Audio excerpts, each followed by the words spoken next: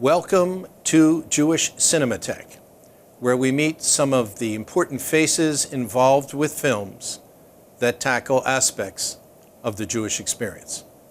Today we meet one of the more distinguished documentarians, Aviva Kempner, whose work spans 4 decades and whose films include The Life and Times of Hank Greenberg, You-Who, Mrs. Goldberg, and Rosenwald. Her latest documentary, The Spy Behind the Home Plate, gives us an insightful look at Moe Berg, the Major League Baseball catcher who joined the OSS, precursor to the CIA, to spy for the United States during World War II. Aviva, welcome to Jewish Cinémathèque. Oh, it's a pleasure to be here. It's been I've been following your work from the beginning.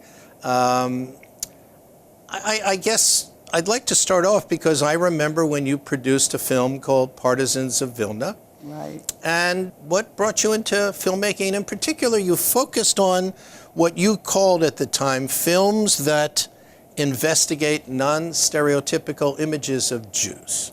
And underknown Jewish heroes. And underknown Jewish heroes. Please. Well, there's the personal reason and there's more sort of the political film reason. I've always loved film. I grew up loving film, but, you know, nice Jewish girl. I went to, actually, a psychology degree, a master's in urban planning, and then a law degree. But even though I did very well in law school, it turns out that my dad died suddenly in Israel. I buried my father the day I was supposed to graduate from law school. Suffice it to say, I was not in the mood to take the law exam, the D.C. bar. I live in Washington, D.C. So I didn't pass the bar the first time and the second time. And I was pondering, well, maybe this isn't what I should be doing.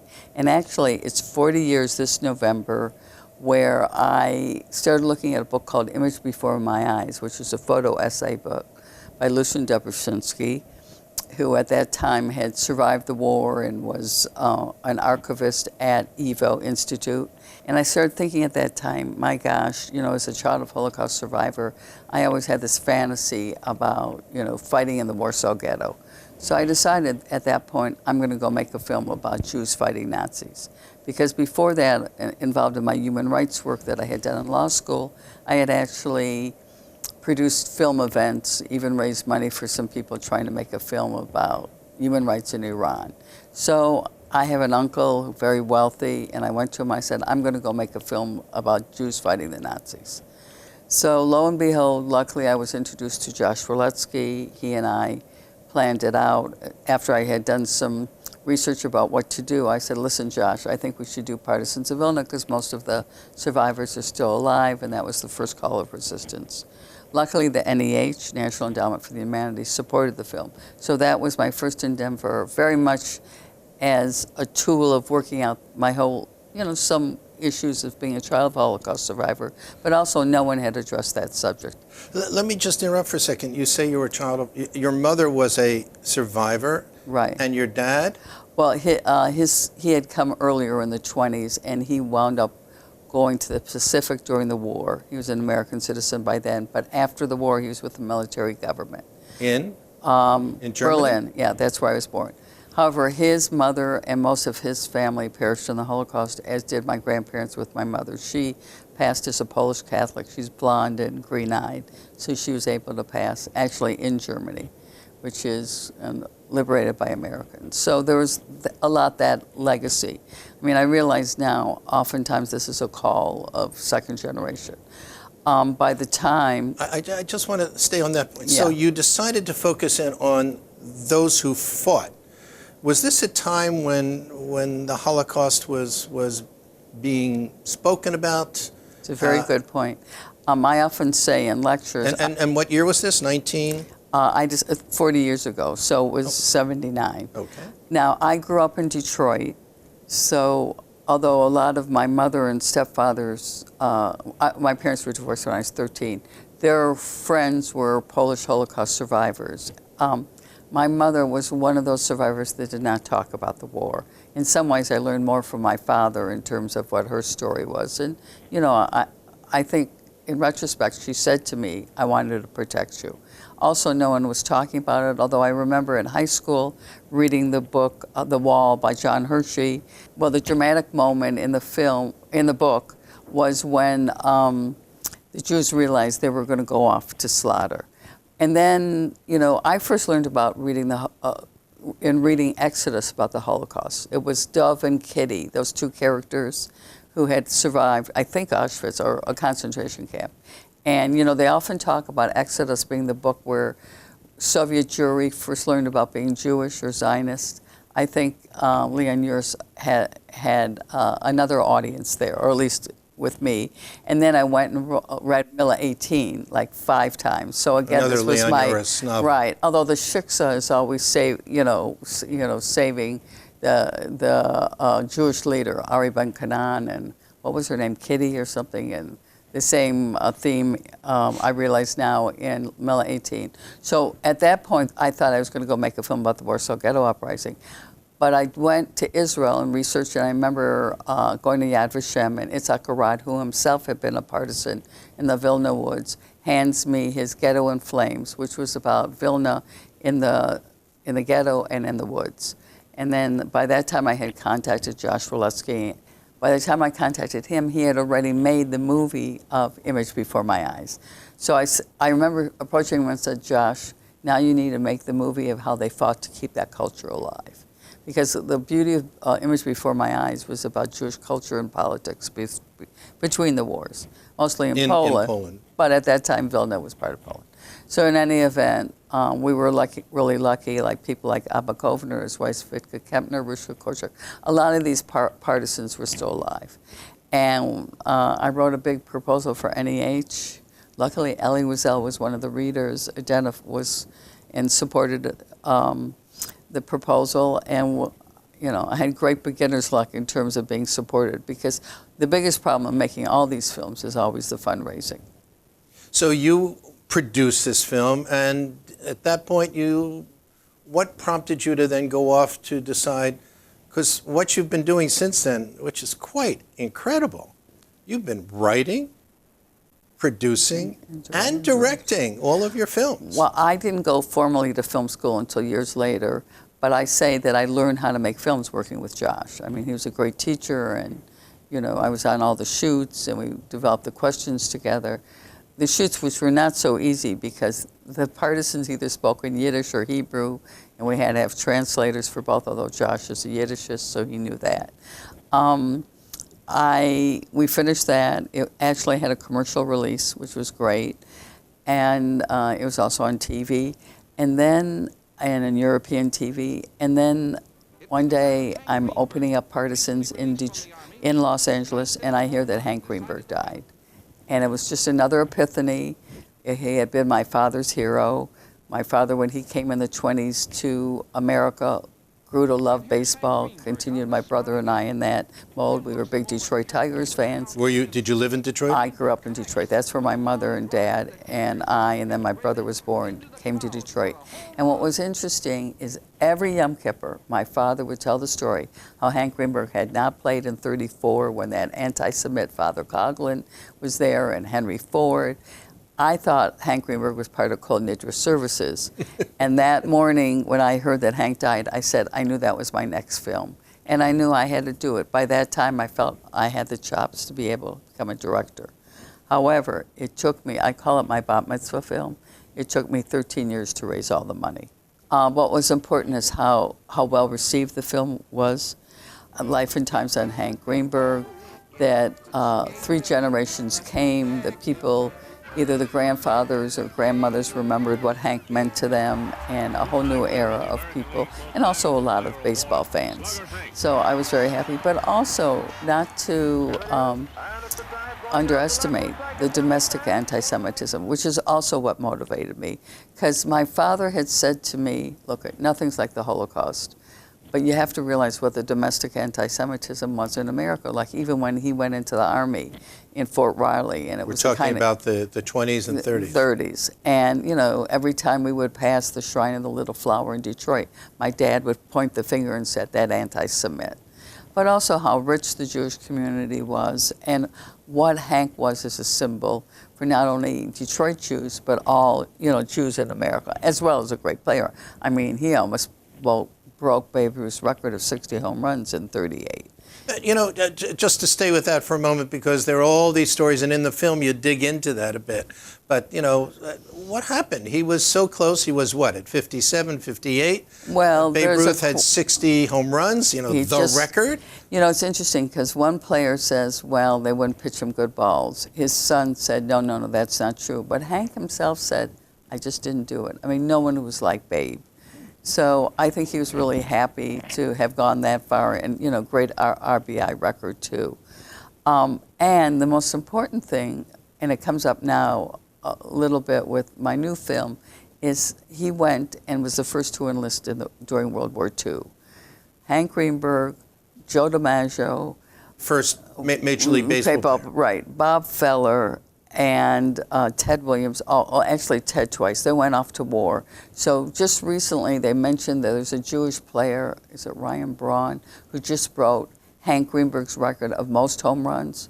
Excuse me, Hank went off for 4.5 years. It's an essay I still have to write, and I think there should be asterisks, because these men gave up, lifetime, great, probably shattering stats going off to war. In that film, and also in your new film, The Spy Behind Home Plate, you focus a little bit, one of the questions that you pose is their Jewishness. And I still remember in your new film, writer Ray Earl Fox says, he was a patriot first. He wasn't, he was doing what he did because he was an American patriot, not because he was a Jew. So, and this seems to fit into every piece of all of your work. Yeah. Well, let me go something back with Hank. It wasn't so much that he was religious, but he was honoring his parents. I did not have a Yom Kippur story for Moe Berg, or I would have used it. But what was interesting about Moe Berg is he went to Princeton, and there was this whole thing about dinner clubs there, and they made an exception for him, letting a Jewish student be in the dinner club. However, and he was a star on the baseball team, that's why. But once he realized none of his other fellow Jewish students could be in the dinner club, he declined to join. So that was like the only anti-Semitism issue. But I still think very much in an intellectual way, Moe was brilliant and really, read newspapers all the time, read books, knew all these languages. I think he had very much the gestalt of being Jewish, but more in this secular intellectual way. As a filmmaker, you've always focused on this Jewish thread. Now, this is how I say it. Every film is about underknown Jewish heroes that fight stereotypes. So with Partisans of Vilna, people didn't know about the first call of resistance came from Vilna, the fight to the woods, but it also breaks the stereotype of the Jews all went to sheep like slaughter. Although Abba Kovner never liked us talking about that. I mean, he would talk about what the declaration was, but not say the others were wrong in not doing it. There was different resistance. It was all about young, right, being youth and, already being politicized. With Hank Greenberg, to me, we have the Jewish Nebuchadnezzar male character usually on the screen, the sort of Woody Allen one. When I grew up in Detroit, it was all this, strapping, tall, 6'4" Jewish baseball player that was the hero in the home. So it counters, I think, that stereotype. And I think he was a real hero to American Jews. And being a patriot again, going to play baseball. Now, with Molly, You Who Mrs. Goldberg, what got me going You Who Mrs. Goldberg was made when? Right after I finished Hank in 2000. So what happened is I went to the Jewish Museum and they had this great exhibit about Jews and TV. And I look at the living room and I said, I've got to do a woman now. And also I wanted to counter the stereotype, the negative stereotype of the overbearing Jewish mother, partly perpetuated by Woody Allen and others. And also she had been such a pioneer. She created the first sitcom that later on— She being Gertrude Berg. Gertrude Berg. That later on was, Friends and Seinfeld and earlier The Honeymooners. No one did it, and Lucille Ball. No one did it coming into the apartment building like Gertrude Berg. And such a positive, warm. And then and also facing That's another issue of mine. So in the first one, facing fascism, and the second one, the anti-Semitism in America, and with Molly Goldberg, facing sexism. I think a lot of the reason she didn't get the credit is she was the woman who had done it, but also this horrible story of facing the McCarthyism, because her stage husband, Philip Loeb, was blacklisted, and she stood by him until she would lose the show unless she changed who the husband would be. And what happened there? Because, I mean, you had the pressure where... Well, we're filming here in the Actors Equity Building. He was a great union organizer, as well as this wonderful, Mr. Goldberg. He was perfect on the show. And what happened is they called him during the McCarthy period, asked him, to testify. To testify. And before the House on Un-American Activities Committee? Right. And the thing is, he didn't want to do it, and he lost being... He had been the year before the Father of the Year, and he wound up killing himself. And it was something that Gertrude, always took to heart for the rest of her life. And I think also there's never been as positive a show, maybe both about immigrants and about Jews on TV since then. Now, I love Mrs. Maisel, although some people take more offense to it than I do. But I think if you look at the Goldbergs, they really stand up time of being the most Jewish and the most positive show ever. And that's all because Gertrude Berg wrote 10,000 scripts and her husband typed them. Crazy. Gertrude Berg broke barriers and set the stage. Was she?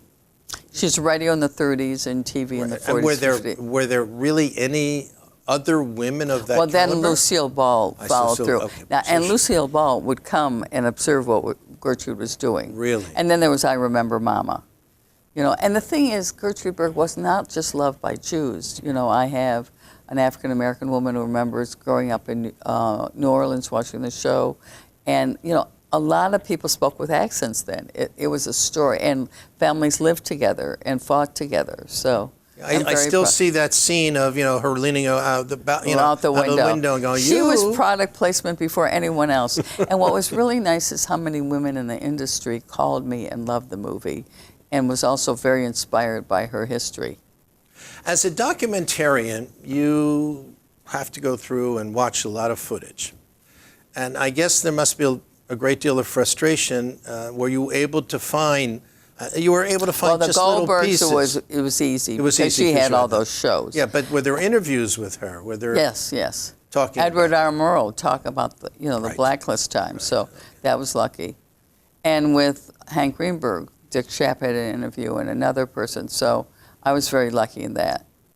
But I think with the Moe Berg piece, so you have this new film and you have this... Well, let's go with Rosenwald first. Okay, yeah. So following You Who Mrs. Goldberg, right. you decide to write, produce, and direct again a film about... Well, I had been at Martha's Vineyard, and I went to hear a talk about Jews and blacks, subject very dear to my heart. I was just post the civil rights era, but grew up in Detroit, always in integrated neighborhoods, all city school, have been involved in, some causes where I had those strong interactions.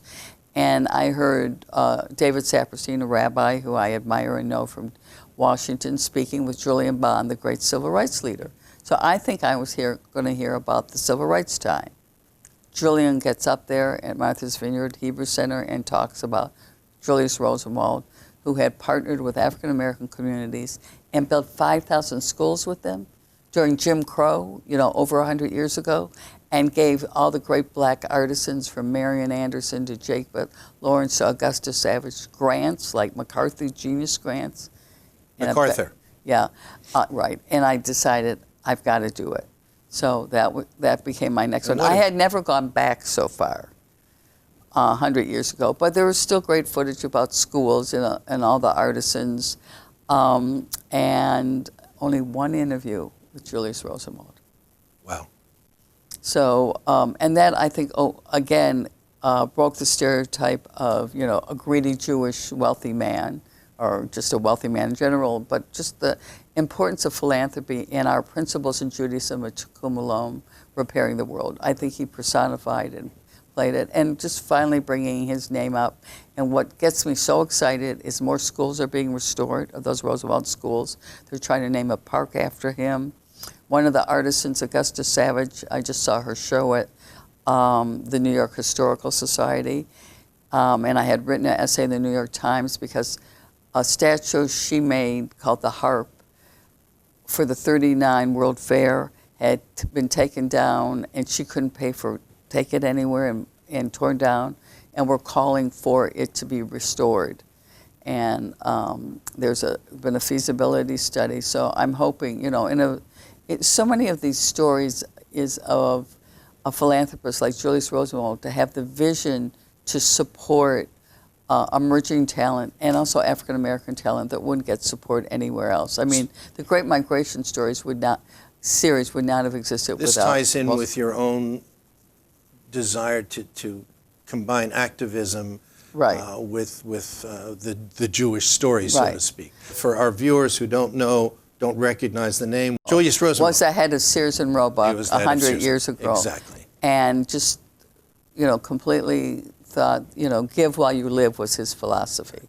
Let's now jump into your latest film, which is just magnificent. This is a story that has been talked about for years, and finally you make it. And so tell us. Well, it's interesting how we came across this one, or I came across this one.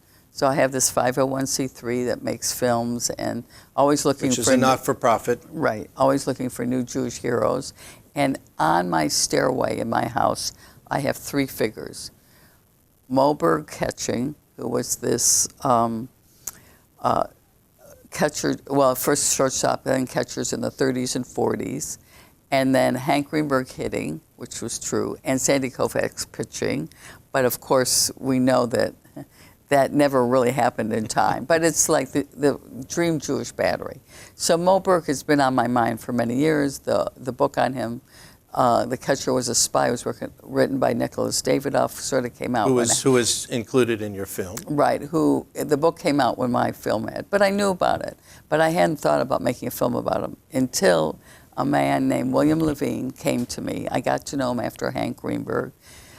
He loved the Hank Greenberg film, and he gave me a little money for Rosenwald and Molly Goldberg. And one day we're having dinner, and he says, Aviva, I want you to make a film on Sid Luckman, the Jewish football player. And I said, but I don't like football. That would be a great story. Well, how about Barney Ross, the Jewish boxer? And I said, but I like boxing even less. What about Moe Berg? And, the third is a charm. I said yes, and this is the first time I was able to do a film in 3.5 years. That it was completely funded, supported by this wonderful mensch, my executive producer, Bill Levine. But it had, in some ways, the biggest challenge because Moe did not talk about what he did. He hardly did. Which was? What happened is he plays for 5 teams, and then he's a coach for the Red Sox, the most brilliant guy ever to play, knew at least 10 languages, had gone to Princeton. And Wild Bill Donovan, who started and ran the OSS, the Office of Strategic Services, wisely chose Moe Berg to be one of their spies in the OSS, but most importantly, nuclear espionage. During World War II. During World War II. Now, can you imagine, he's Jewish, he's male, and if anyone had caught him, they could have found newspapers about him. He in some ways, he's very high profile. Luckily, they didn't have the internet then. And it's just incredible how he tracks down scientists, especially first out of Italy, so we can bring them here instead of falling in German hands and improving their rocket science. And while we're developing the secret Manhattan Project, which not even Truman knew about, FDR had started it with Groves, and the OSS knew, Moe was the nuclear spy for them. And he was the one that tracked down Heisenberg, who was the one person still remaining in Germany who could be developing the bomb. The one German scientist So he capable. went to Zurich.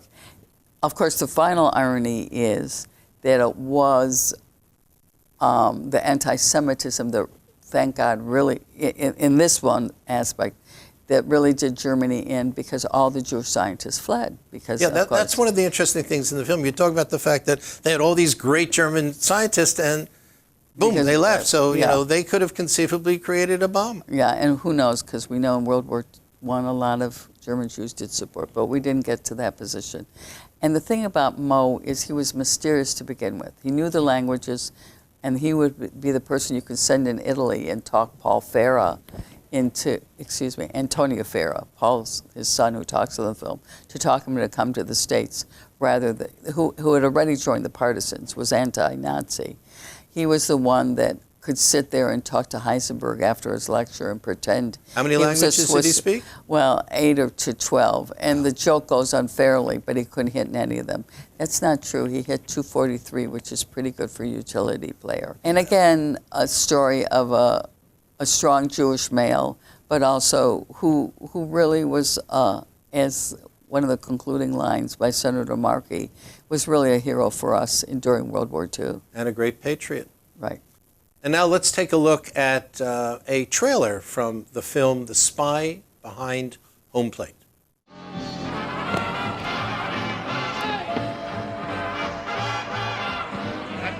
Whenever you're talking about anything with Moe Berg, the first thing you have to understand is it's going to be complicated. It's a hell of a story. He loved being a mystery. Moe Berg was a terrific athlete. Moe would disappear after games. He was very charming. The girls would go gaga. He was a loner who wanted to experience the world and found a way to do it. Who is this guy who can do all of this? He was smart and he was funny. Casey Stengel said he could speak 7 languages, but couldn't hit in any of them. Brain and brawn really does make Moe Berg the ultimate Jewish athlete. Moe Berg was very aware that peace was going to be disrupted in the world. The catcher has to have that bird's eye view. Was he doing intelligence work while he was still in baseball? He's assessing what's in front of him, where the base runners are, how fast they are, what score is it, what inning is it, who's pitching, what's his stuff, who's up, what can he hit, what can't he hit, how do we win the game. Here's a guy who went to Princeton, Columbia, spoke many languages, was a professional baseball player. I mean, he wasn't real, you would have had to invent him. Germany got a big head start on building an atomic bomb. And it was very obvious that if anybody could ever unlock this great secret, they'd control the world.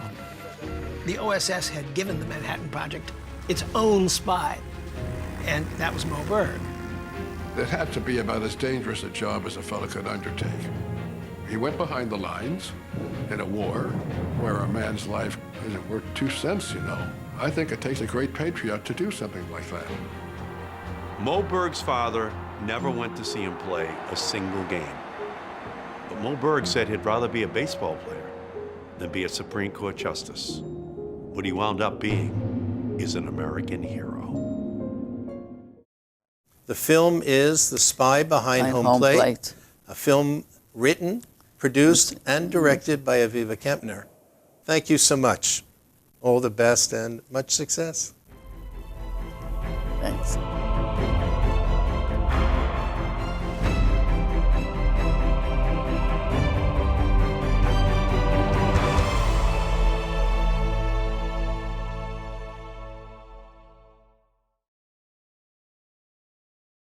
We would be pleased to send a complimentary DVD of this program to anyone who wishes to support JBS with a tax-deductible gift of $36, double high or more.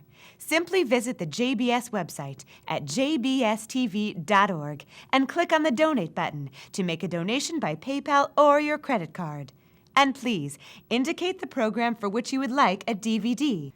Or you can send your tax-deductible check to JBS, P.O. Box 180, Riverdale Station, Bronx, New York, 10471. And again, please remember to indicate which program you would like to receive with our compliments. And we thank you for your kind support.